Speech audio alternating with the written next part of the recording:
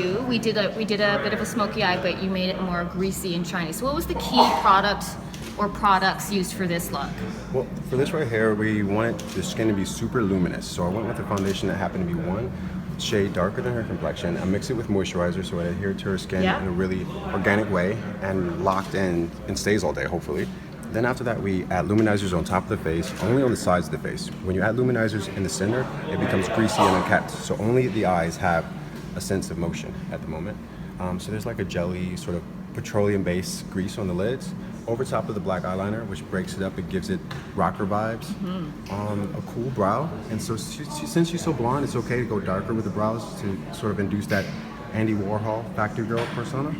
And then last but not least, we have lips, which are just like barely there, baby pink lips.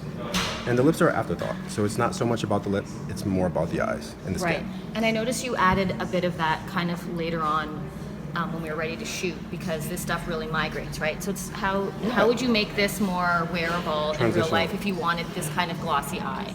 Yes, to bring this into reality, this is really temperamental in a sense, and it doesn't last as long. However, you can do maybe possibly a shimmery shadow. You can use a little bit of shimmer on the ball of the eyes, and you can even use something like a 8-hour cream if you want to in the winter. So in the summer, this is not the look you want to wear as much, but yeah, so it's case by case, and it also depends on your eye shape and if you have greasy eyelids or not. Okay, cool. It's good to know. Thank you. Okay, so we're done look 2, which is an amazing glitter lip inspired by Fendi, but we've kind of changed it up by using stars, which are actually from Leanne Colley's nail kit. So which happened to hell from Japan. Which come from imported from Japan. I actually have some of them on my hands right now. So tell me. I have them? On your lips. I know. In my mouth. In your Carry on. So tell me how you do this look. Like, how do you get these guys to stick? All right, what's cool about this look is like this is bringing a little disco into the daytime, and it's fun. It's a fun take on like a la Pat McGrath's resurgence of the glitter lip and all the stuff that we've seen recently. It's light reflective. So if you can't do glitter lip every single day, what you can do is possibly a gloss. You can mix a little bit of a high pigment eyeshadow on top of your lipstick. So it's all about a convertible nature when it comes to products. And that's it. Cool. Don't take this look too seriously. Yeah.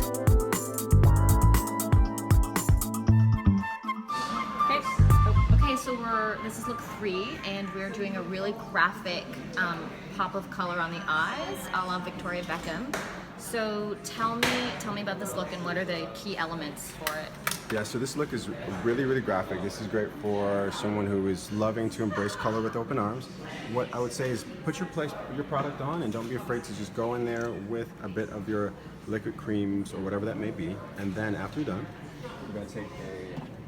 you're gonna take a pointed cotton bud, a clean one, and then you make your shape a lot more graphic. So go in and clean up your edges, and that's where the graphic loves comes into play. So don't be afraid to get your product on there and then clean up your lines to create this beautifully graphic shape. Wow. So it's like liner on steroids. And then you matched it with a blue mascara. Yeah, so we did a chunky blue mascara, which brings about rocker vibes, and a cobalt. Cobalt is really universally flattering, and we did a really contrast orange on the lips, which gave it some pop and some 70s action. Totally. Awesome.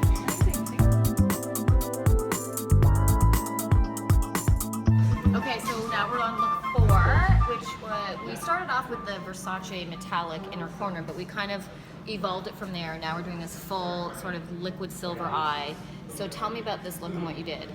Alright, so this look is all about pastels. It's very ethereal in nature. It's not 60s, it's not literal in that way, but it's very girly. So we have pastel lips, pastel cheeks. The same color that's on the lip is on the cheek. And the eyes are to match her iris. So if you look very closely, you'll see the same color that encompasses the eye is the color of Coco's iris. And tons of mascara, so mascara on steroids. And that's it. Nice.